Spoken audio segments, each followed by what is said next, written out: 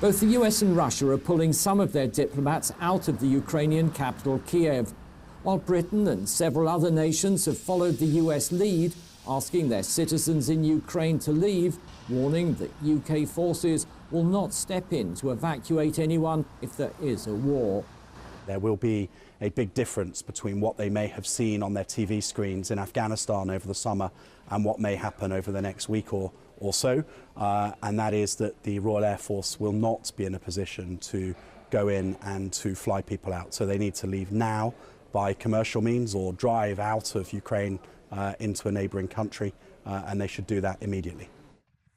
Britain is also pulling its troops that were training the Ukrainian army out of the country, and along with NATO has stressed that no troops will be based in Ukraine to help counter a Russian invasion.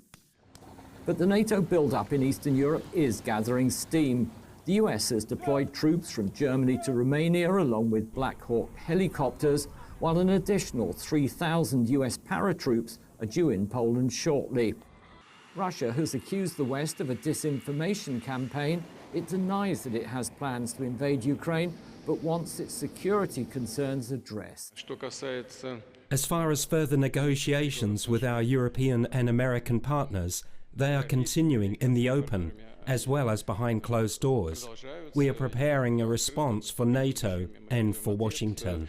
The two sides are still far apart on Russia's demand that Ukraine never be permitted to join NATO and that the US withdraw its missiles from Eastern Europe.